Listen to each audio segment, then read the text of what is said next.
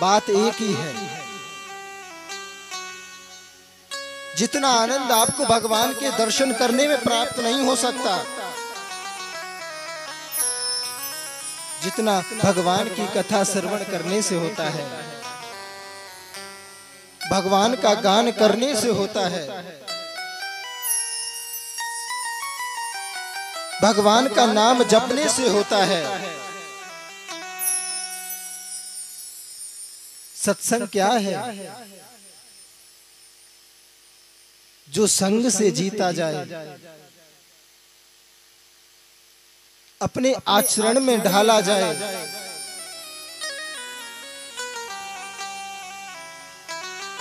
दुनिया में लोग कहते हैं कि महाराज जी हमने बहुत कथाएं सुनी हैं,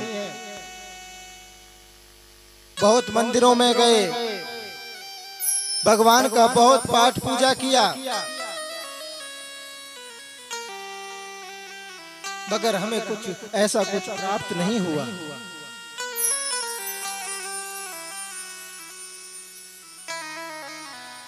प्राप्त कब होता है? मिलता कब है इंसान को? मानो कि आपके शरीर में कोई बीमारी है और आप डॉक्टर के पास जाते हैं, तो डॉक्टर आपसे कहता है कि ये आपको दवाई लेनी पड़ेगी, ये सुबह की है, ये शाम की है, ये दोपहर की है, इसका 1 चम्मच लेना है, ये 1 गोली लेनी है, 2 गोली लेनी है। क्या आप उस दवाई से ठीक हो जाओगे? नहीं हो सकते हैं, क्योंकि डॉक्टर भी एक मूल मंत्र देता है दवाई देते समय कि बंधुओं, कि आप जब दवाई लें तो परहेजों का भी ध्यान रखें। साथ में आपको परहेज भी करने हैं। आपको शुगर है, डॉक्टर ने शुगर की दवाई दी है और मना किया है कि मीठा कम खाओ, और आप मिठाई खा रहे हैं, खीर खा रहे हैं, हलवा खा रहे हैं। क्या आपकी शुगर कम हो जाएगी दवाइयों से? डॉक्टर कहता है कि आपको साथ के साथ परहेज करने होंगे, इन वस्तुओं को बंद करना होगा। और यही सत्संग की परिभाषा है। आप कथा सुनो, भगवान के दर्शन सुनो, भगवान का सत्संग करो, मगर जब तक आप परहेज नहीं करेंगे तब तक आपके दर्शन, आपकी कथा और आपके दर्शन करने का महत्व आपको प्राप्त नहीं हो सकता। परहेज क्या है? कि अपने काम को वश में रखो, क्रोध को वश में रखो। अहंकार व्यक्ति के जीवन का वो मूल तत्व है जो उसको विनाश की ओर ले जाता है। अपने अहंकार को जीतो। लोग सत्संग करते हैं, सत्संग सुनते हैं,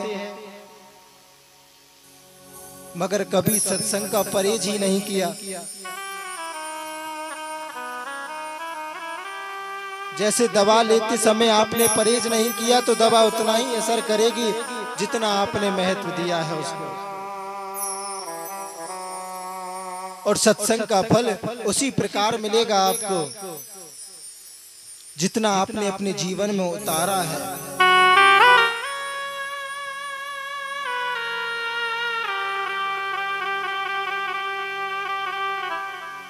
सिर्फ अगर आपने सुना ही सुना है ना सत्संग को,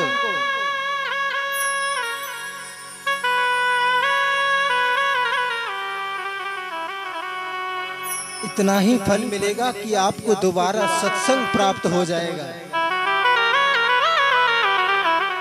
अगर आपने हृदय में उतार लिया तो आपको हर जगह सत्संग ही नजर आएगा, हर जगह सत्संग ही सुनाई देगा।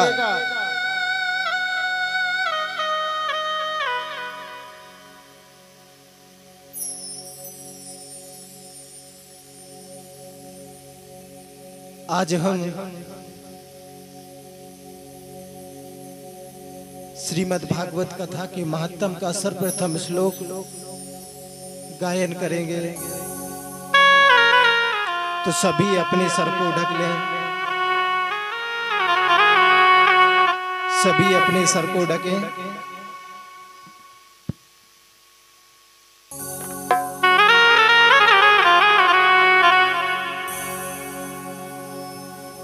सच्चिदानंद रूपाय सच्चिदानंद रूपाय विश्वोत्पत्त्यादि हेतवे विश्वोत्पत्त्यादि हेतवे तापत्र विनाशाय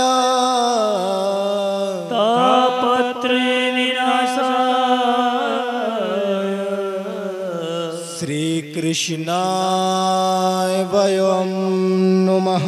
श्री कृष्णाय वयं नमः। जो सत्य है, चित है, आनंद है, सच्चिदानंद रूपाय विश्वोत्पत्त्यादि है तभी, जो विश्व की उत्पत्ति करता है, पालन करता है और उसमें विलय हो जाता है। विश्वोत्पत्त्यादि है तभी। तापत्र विनाशाय, जो आपको तीनों प्रकार के तापों से बचाता है, दैहिक, दैविक, भौतिक तापों से।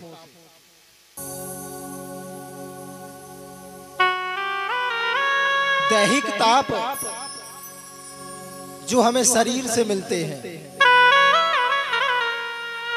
आपके शरीर में कोई रोग हो जाए, उसे कहते हैं देह का ताप। जब आपको परेशानी आ जाए तो भगवान से कहते हैं ना कि भगवान हमें इस परेशानी से निकालो ना। दैहिक ताप। भौतिक जो समूह में मिलता है,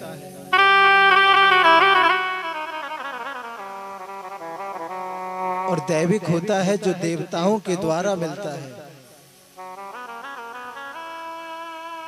जब आप पंडित जी के पास कुंडली दिखाने जाते हैं तो पंडित जी कहते हैं ना, आप पर तो राहु की दशा चली हुई है। आपसे तो आपके कुल देवता रूठे हुए हैं। शनि की दशा चली हुई है, जो देवताओं के द्वारा हमें प्राप्त होता है, उसे कहते हैं दैविक ताप।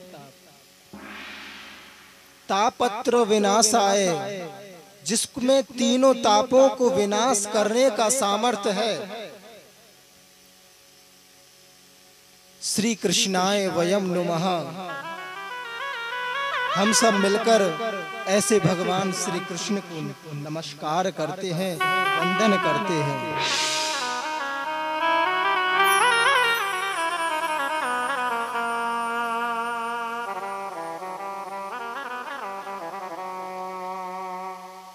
श्री सुखदेव स्वामी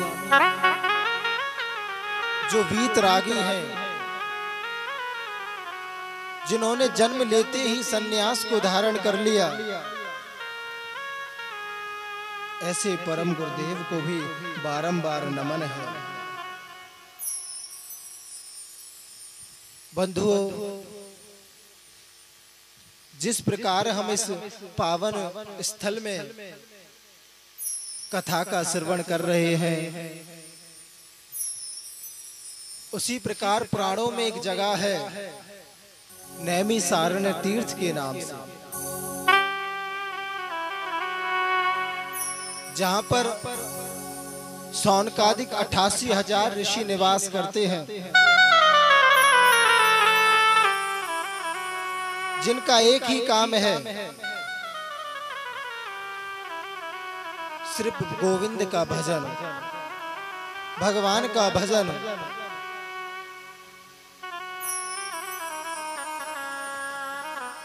उन ऋषियों में से एक ऋषि उनको कथा श्रवण कराता है और बाकी सारे कथा बैठकर श्रवण करते हैं। उन ऋषियों के बीच में नवीन युवा संत श्री सूत जी महाराज पधारे। जैसे ही सौनकादिक 88,000 ऋषियों ने देखा कि हमारे यहाँ पर श्री सूत जी महाराज पधारे हैं, वंदन करने लगे, नमस्कार करने लगे, कहने लगे कि हे भगवान, हमारे बहुत बड़े भाग्य हैं जो आज आपके दर्शन हमें हो गए। हमारा तो जीवन ही सफल हो गया ऐसे विरक्त संत के दर्शन करके।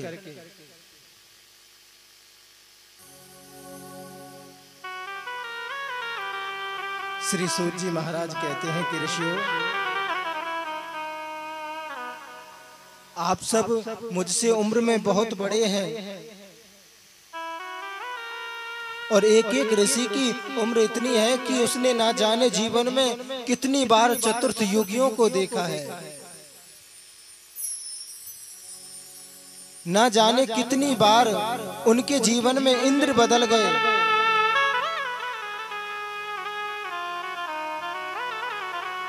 एक एक संत की उम्र इतनी है।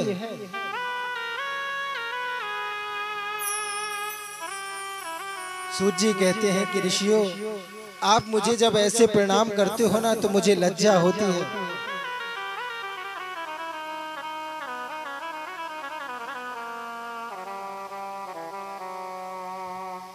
क्योंकि आप मुझसे उम्र में भी बड़े हैं।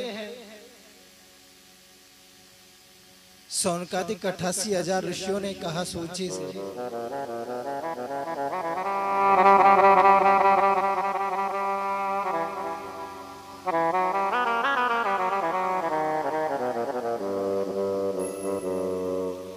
धन वृद्धा बल वृद्धाश्च आयुर्वृद्धा तथैव च ते सर्वे विज्ञान वृद्धाश्च किंकरः शिष्य किंकरः। कि हे सूत जी, कोई धन में बड़ा है, धन वृद्धा, बल वृद्धाश्च तथैव च, कोई बल में बड़ा है, कोई आयु में बड़ा है, मगर असल में देखा जाए बड़ा तो वही है जो ज्ञान में बड़ा है। आज हमें आपके दर्शन हुए हैं, हमारी इच्छा है कि आप कोई हमें ऐसी कथा सुनाएं जिससे हमारा अंधकार मिट जाए और इस संसार के प्राणियों को सरल ही भगवत कृपा प्राप्त हो जाए। सौनकादिक ऋषियों का प्रश्न सुनकर श्री सूत जी महाराज गदगद हो गए कि भगवान, ऐसा कोई हमें कथा श्रवण कराए। अज्ञानध्वांत विद्वंसः कोटि सूर्य समप्रभा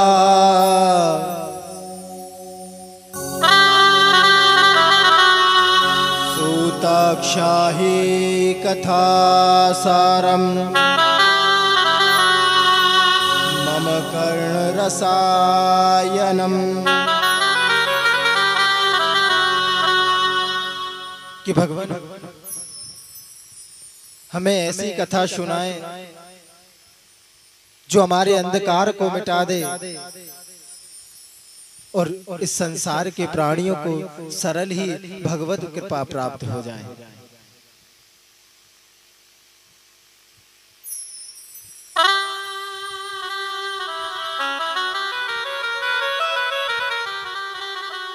और सौनकादि ऋषि कहते हैं कि सूत जी, हमने जीवन में कभी दुख को दुख नहीं समझा, हमने कभी सुख को सुख भी नहीं समझा। दुख क्या है, सुख क्या है, हमने कभी महत्व नहीं दिया।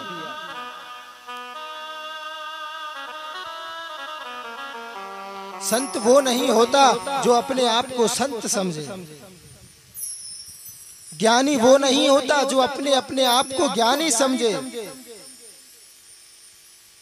क्योंकि भक्त कभी अपने आप को भगवान का सेवक कहता है।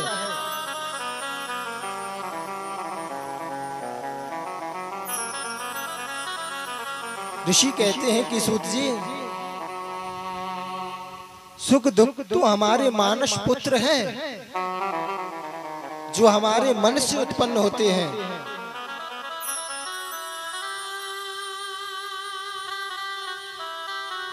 एक व्यक्ति को जहां सुख का अनुभव होता है, वहीं दूसरे व्यक्ति को दुख का अनुभव होता है। एक व्यक्ति को साइकिल चलाने में बड़ा आनंद आता है, उसका सुख वही है, और एक व्यक्ति को मर्सिडीज कार में घूमना अच्छा लगता है, सुख आनंद आता है। ये सिर्फ हमारे मन से प्रकट होते हैं।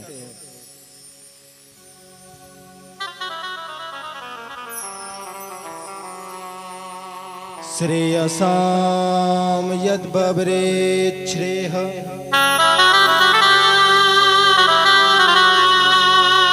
पावनानां च पावनम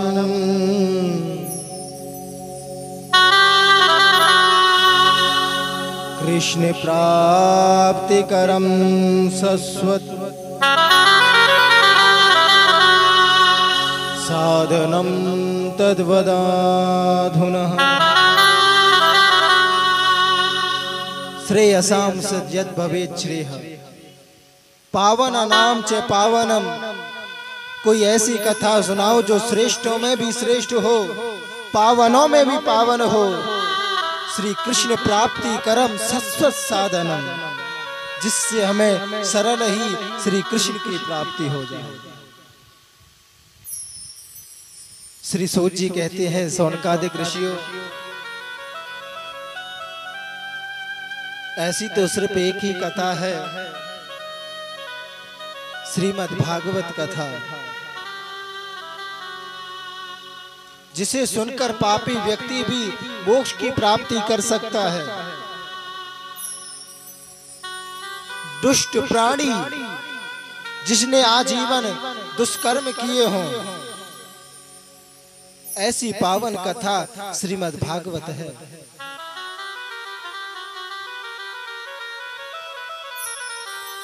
श्री सूत जी ने सौनकादिक ऋषियों को समझाया कि एक बार श्री सुखदेव स्वामी राजा परीक्षित को कथा श्रवण करा रहे थे।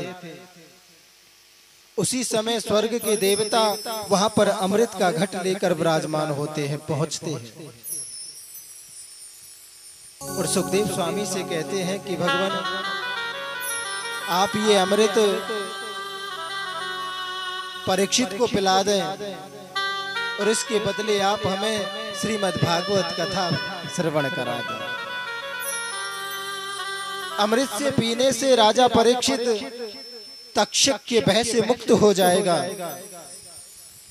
और कथा का रसपान कर कर हम संसार के भय से मुक्त हो जाएंगे। श्री सुखदेव स्वामी कहते हैं कि देवताओं, कहां स्वर्ग का अमृत और कहां श्रीमद् भागवत कथा, दोनों का अंतर नहीं है। अमृत को पीने के बाद इंसान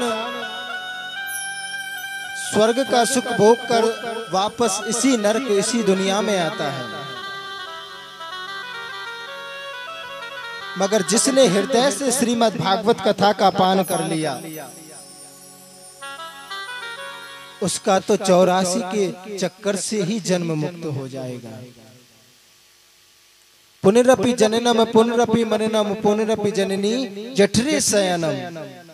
अमृत को पीने के बाद तो आना जाना इस संसार में लगा रहेगा, मगर श्रीमद् भागवत कथा के पीने के बाद तो एक ही बार में मुक्त हो जाएगा। मरनो मरनो सब कहे, मरनो न जाने को,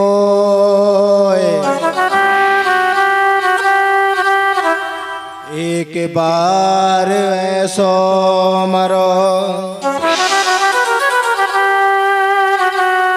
फिर मरनो ना होए।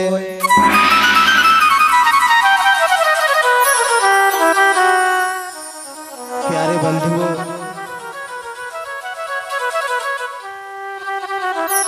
अगर मरना है तो जीवन में ऐसा मरो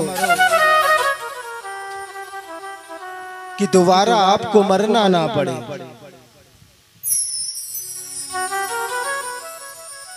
ये इंसान के जीवन का मरना ही है कि उसकी संतान उसकी बात नहीं मानती,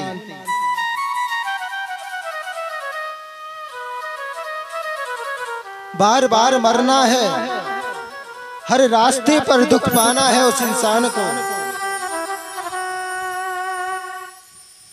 जो संस्कार विहीन परिवार है। कहते हैं जिस गांव में बारिश ना हो वहां की फसलें खराब हो जाती हैं, और जिस घर में संस्कार ना हो वहां की नस्लें खराब हो जाती हैं। जिस गांव में बरसात ना होगी ना वहां की फसलें खराब हो जाएंगी सूखा से, और जिस घर में संस्कार नहीं है वहां की नस्लें खराब हो जाएंगी। सत्संग से यही प्राप्त होता है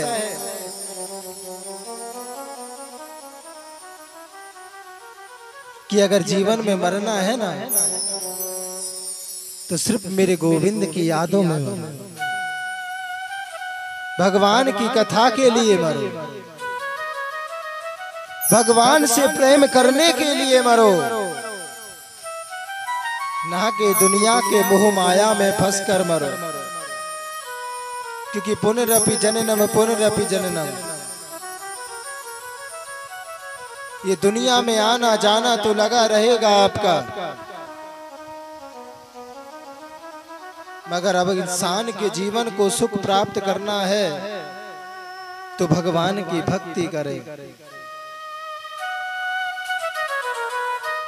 श्री सुखदेव स्वामियों ने देवताओं को अभक्त समझकर वहां से भगा दिया। यह बात जाकर देवताओं ने ब्रह्मा जी से कही।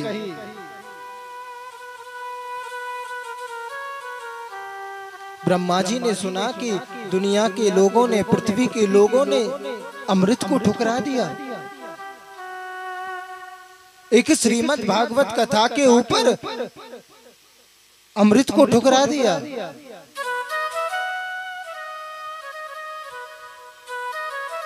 ब्रह्मा जी ने एक तराजू मंगाया और दुनिया के जितने सारे ग्रंथ, पुराण, वेद थे सारे एक पल्ले में रख दिए और एक पल्ले में श्रीमद् भागवत कथा को विराजमान कर दिया। सूत जी कहते हैं कि ऋषियों, जो भागवत वाला पल्ला था ना वो नीचे हो गया। लघुन्यानि जातानि गौरवेणेदं महे, लघुन्यानि जातानि।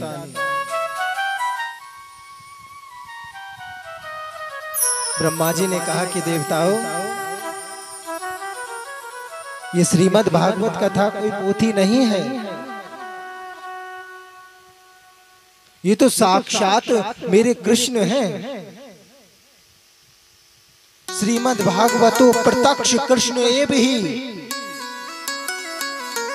ये तो साक्षात मेरे गोविंद हैं।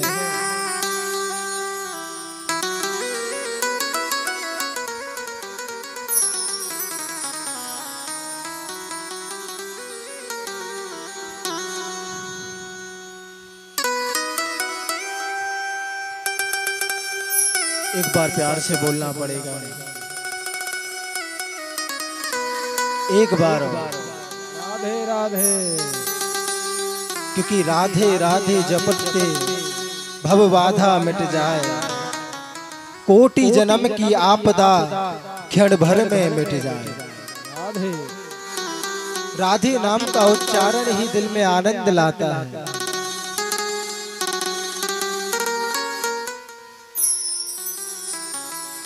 श्री सूत जी स्वामी कहते हैं कि सौनकादिक ऋषियों,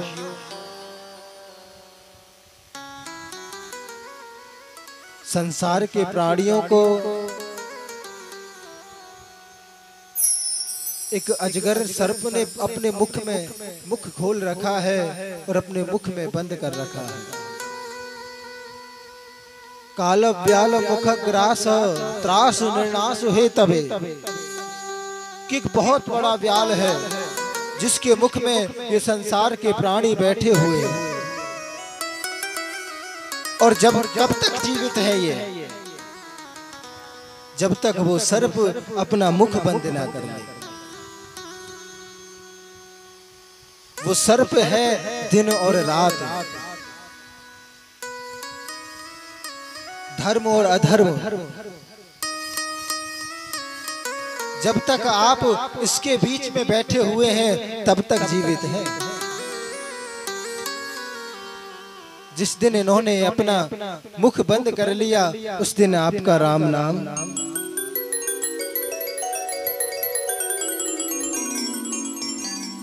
जीवन में प्राणी बचने के लिए अनेकों बहाने ढूंढता है।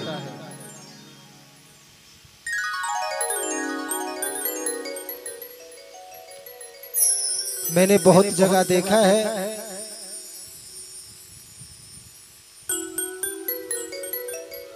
कि आज के समय युवा पीढ़ी में और हमारे समाज में शुद्धि नहीं है।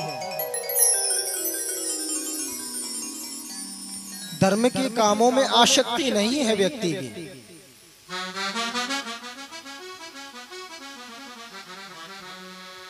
उनकी शुद्धि बिगड़ी हुई है।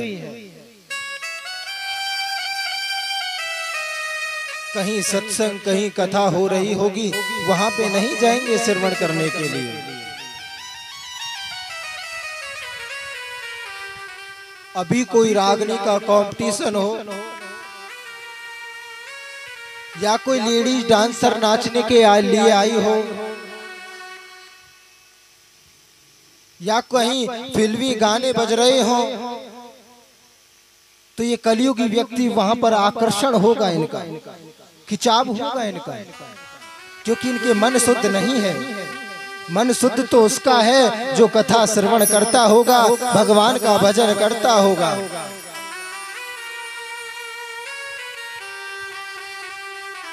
अब इनका मन शुद्ध क्यों नहीं है?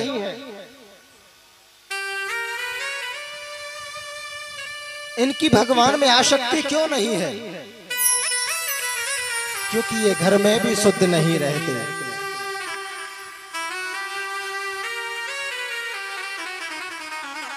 व्यक्ति शौच नित्य क्रिया करने के लिए जाता है तो थोड़ा सा हाथ धो लेता है, बस हो गया।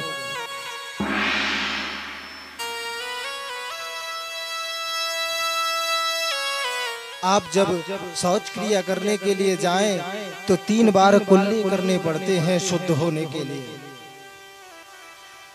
हाथ और पैरों को धोना पड़ता है। कौन धोता है आज के समय पर? और घर में भी घर एक मंदिर है।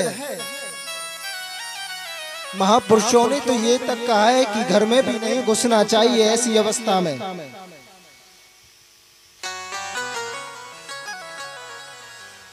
तो ऐसे मलिन व्यक्तियों की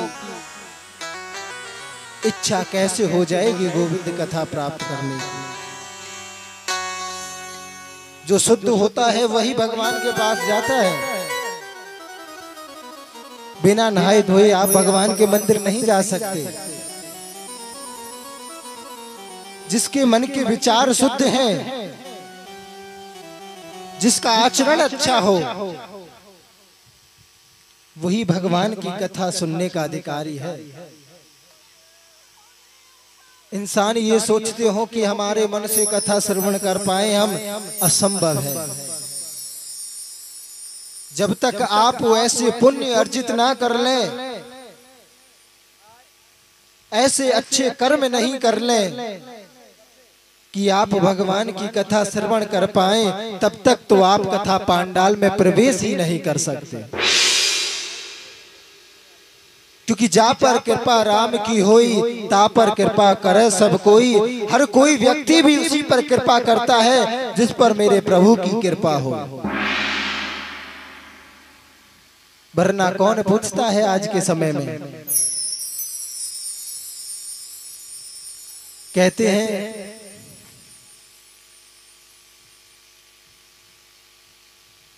मन की शुद्धि के लिए अच्छा सुनना पड़ता है, अच्छा करना पड़ता है, अच्छा सोचना पड़ता है, तब जाकर आपको मन की शुद्धि हो पाएगी। आइए एक छोटे से भजन से भगवान से प्रार्थना करते हैं कि हे भगवान, ये दुनिया का जो कुचक्र है ना, इसमें कहीं हम फंस नहीं जाएं। मैं तुमको भूल नहीं जाऊं भगवान, हम पर ऐसी कृपा बनाए रखना।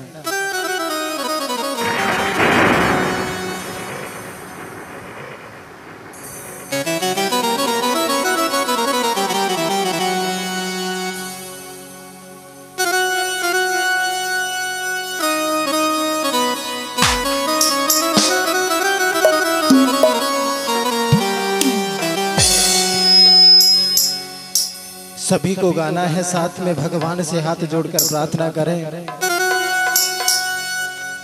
ना भूलूं मैं तुझको हे दाता दयालु, ना भूलूं मैं तुझको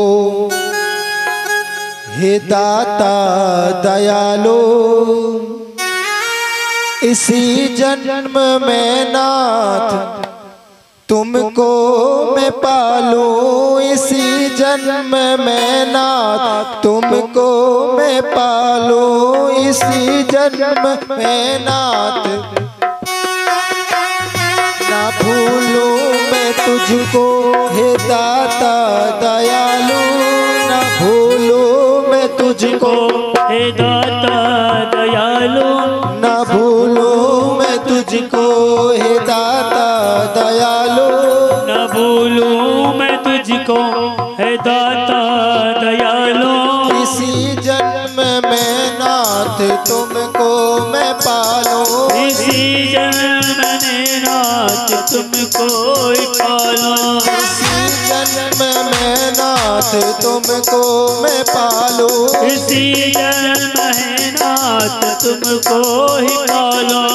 नारायण श्रीमन नारायण, नारायण श्रीमन नारायण, बोलो नारायण श्रीमन नारायण, श्रीमन नारायण नारायण नारायण, श्रीमन नारायण श्रीमन नारायण, श्रीमन नारायण नारायण नारायण। नारायण श्रीमन नारायण, श्रीमन नारायण नारायण नारायण, नारायण श्रीमन नारायण, श्रीमन नारायण नारायण नारायण। नारायण श्रीमन नारायण, श्रीमन नारायण नारायण नारायण, श्रीमन नारायण श्रीमन नारायण, श्रीमन नारायण नारायण नारायण। आइए उस भगवान से प्रार्थना करते हैं जो परमात्मा है। हम अंश हैं, वो अविनाशी है। जिसके हम कृपा पात्र हैं, जो हर प्राणी के घट में बसा है, हर व्यक्ति के दुख का अनुभव करता है, उस भगवान से प्रार्थना करते हैं।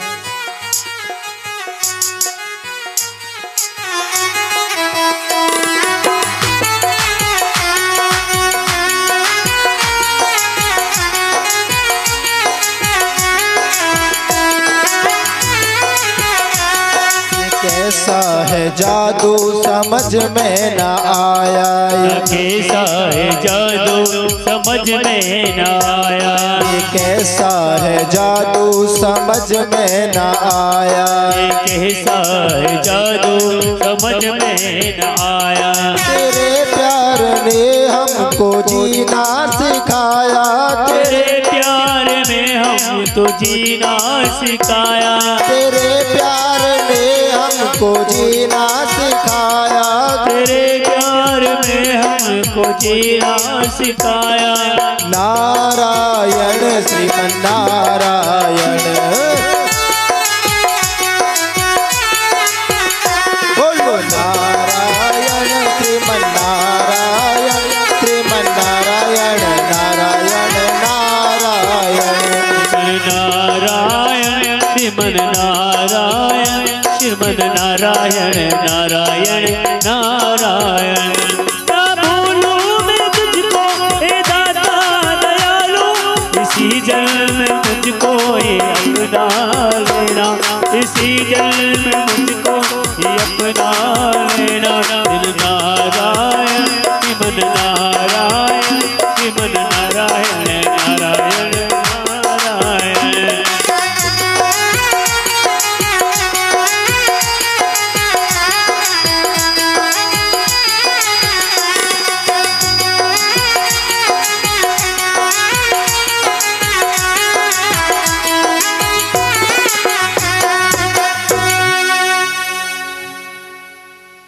एक बार प्यार से बोलना पड़ेगा, एक बार और।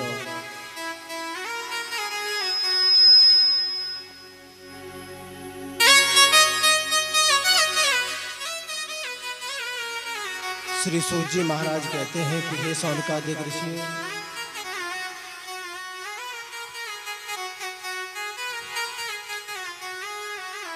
नारद जी ने इस कथा का जन जन में प्रचार किया।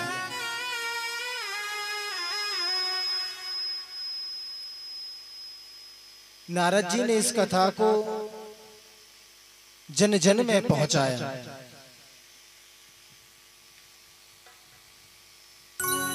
सौनकादिक ऋषि कहते हैं कि सूत जी,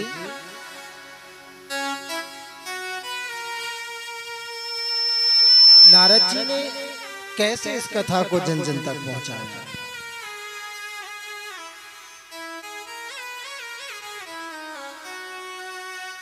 सूत जी कहते हैं कि नारद जी ने इस कथा को अपने पिता ब्रह्मा से सुना और इसकी श्रवण विधि सनकादिक ऋषियों से सुनी। सौनकादिक ऋषियों ने कहा कि सूत जी, हमने तो सुना है कि नारद जी कभी एक जगह ठहरते नहीं हैं और सनकादिक ऋषि कभी एक जगह बैठते नहीं हैं, तो कैसे इसका जन जन में प्रचार हुआ।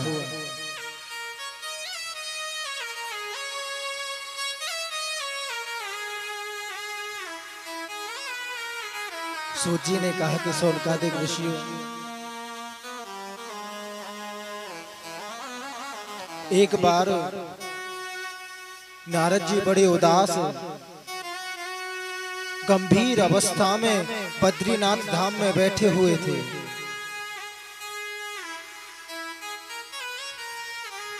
और नारद जी को उदास देखकर उनके भाई सनकादिक ऋषियों ने नारद जी से पूछा, कथम ब्रह्मोदीन मुखम कुतुश्चिन्तातुरो भवान् त्वरितं गम्यते कुत्रः कुतुश्चागमनं तव।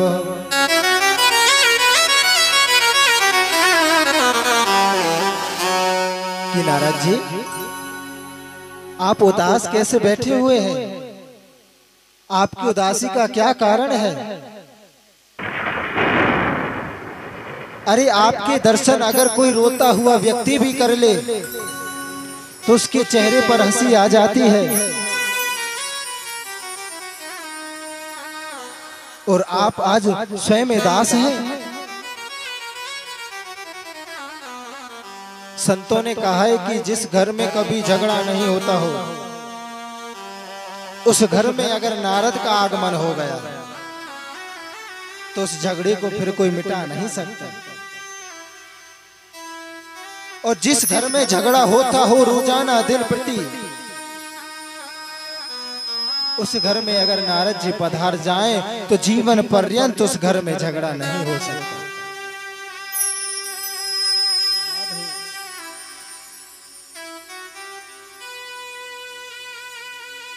नारद जी कहते हैं कि महाराज क्या बताऊं, मैं पृथ्वी को श्रेष्ठ जानकर पृथ्वी पर गया। अहं तो पृथ्वीं यातो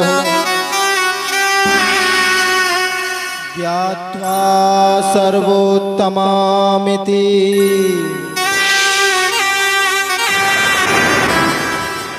पुष्करं च प्रयागं च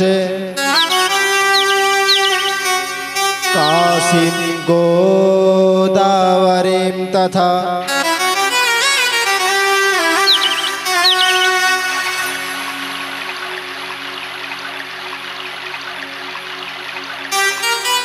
कि ऋषियों, मैं पृथ्वी पर आया, पृथ्वी को श्रेष्ठ मानकर पुष्कर में गया, प्रयागराज में गया, काशी गोदावरी में गया, मगर मुझे कहीं भी शांति नहीं मिली। मुझे कहीं भी सुख का अनुभव नहीं हुआ। मना संतोष कारकम, मुझे कहीं भी आनंद की प्राप्ति नहीं हुई।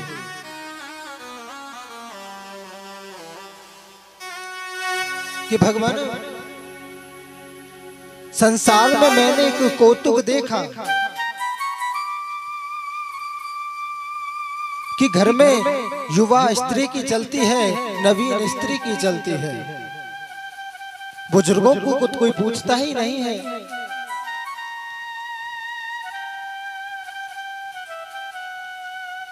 सनकादिक ऋषियों ने कहा कि नारद जी,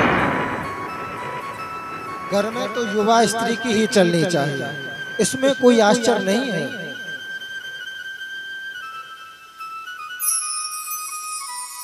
मगर जब भी कोई वो कार्य करे, जब भी कोई वो अनुष्ठान करे, तो बुजुर्गों की सलाह अवश्य लेनी चाहिए, बुजुर्गों का आशीर्वाद अवश्य लेना चाहिए।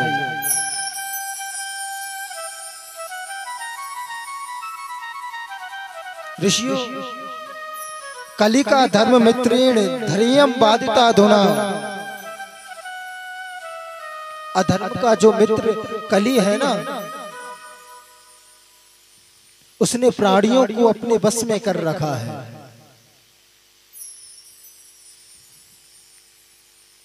कोई अगर सत्य बोलता है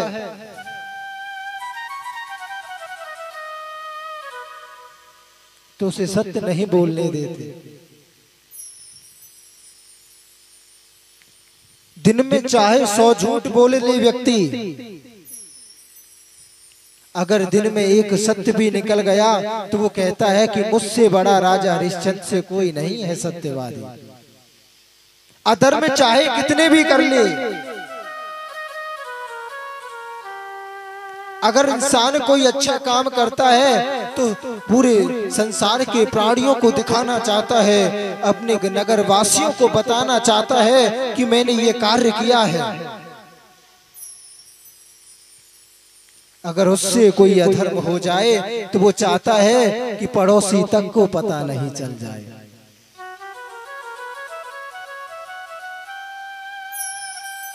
जो अधर्म का मित्र कली है ना, व्यक्तियों को अपनी ओर आकर्षित करके बैठा हुआ है।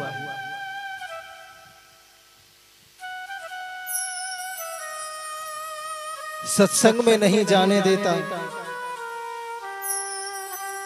क्योंकि कलयुग बैठा है ना उसके अंदर। और कलयुग कभी नहीं चाहता कि इस प्राणी जो पृथ्वी है, इसके प्राणी का कभी उद्धार हो, कभी इसको मोक्ष प्राप्त हो। क्योंकि कोई राजा ये नहीं चाहता कि उसके राज्य की प्रजा किसी और राज्य में बसने के लिए चली जाए।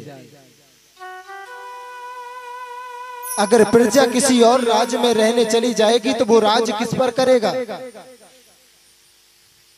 और कलयुग भी नहीं चाहता,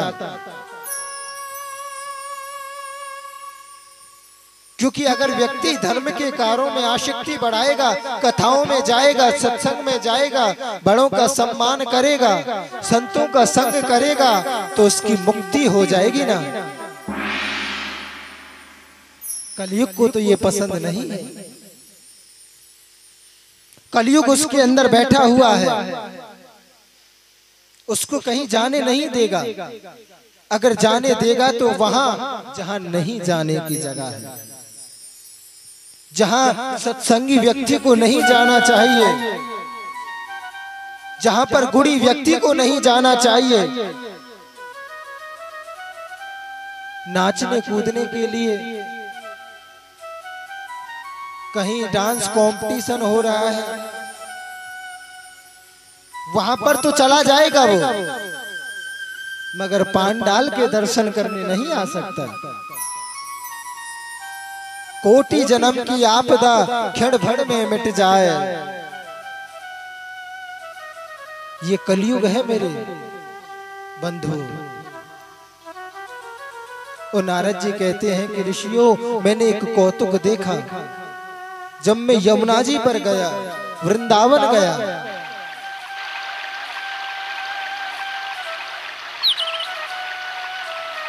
एक नवीन स्त्री जो रुदन कर रही थी और उसके पास दो वृद्ध अचेत अवस्था में पड़े हुए थे।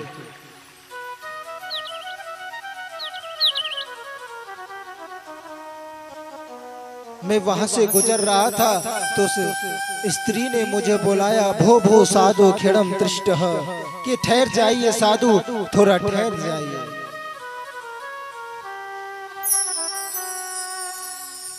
नारद जी ने देखा, पूछा कि देवी आप कौन? कहा कि भगवान मैं भक्ति हूं, और ये जो अचेत पड़े हुए हैं ना दोनों वृद्ध, ये मेरे ही पुत्र ज्ञान और वैराग्य हैं जो इस अवस्था में पड़े हुए हैं।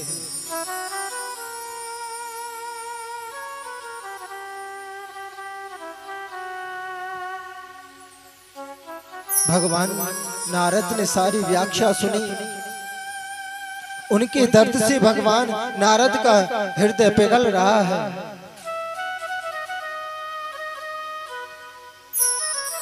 जिस माता के पुत्र उसकी जवानी में ही वृद्ध हो जाए,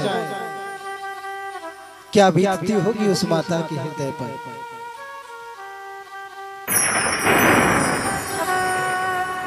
नारद जी से हाथ जोड़कर भक्ति माता ने प्रार्थना की कि हे भगवान, आप कोई ऐसा उपाय करें, कोई ऐसी कथा, कोई ऐसा वेद सुनाए जिससे मेरे पुत्र नवीन हो जाए।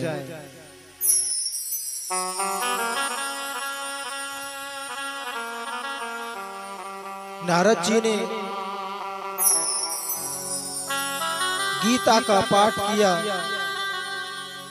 गीता पाठिर मुहुर्मुहु, बार बार गीता का पाठ किया।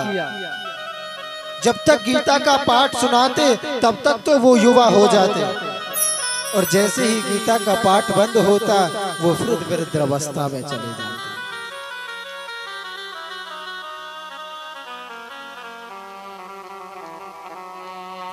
मैं उसी परेशानी के कारण से दुख हूं। आकाशवाणी हुई थी कि हे नारद, अगर तुम भक्ति माता के हृदय का दुख दूर करना चाहते हो तो कोई सत्कर्म करो। ऋषियों, उस सत्कर्म की खोज में मैं यहाँ पर बैठा हूँ। मैं अनेकों ऋषियों के पास गया कि ऐसा क्या सत्कर्म है जिससे भक्ति माता का दुख दर्द कम हो जाए।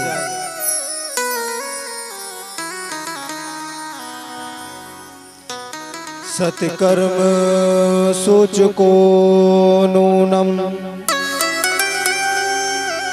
ज्ञान यज्ञ स्मृतो बुद्धये, श्रीमद् भागवतालाप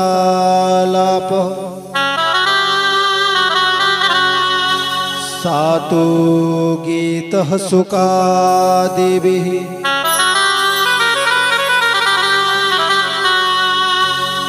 कि नारद, श्रीमद् भागवत कथा एक ऐसा सत्कर्म है, ऐसा ग्रंथ है जिसके श्रवण मात्र से ही व्यक्ति की मुक्ति हो जाती है।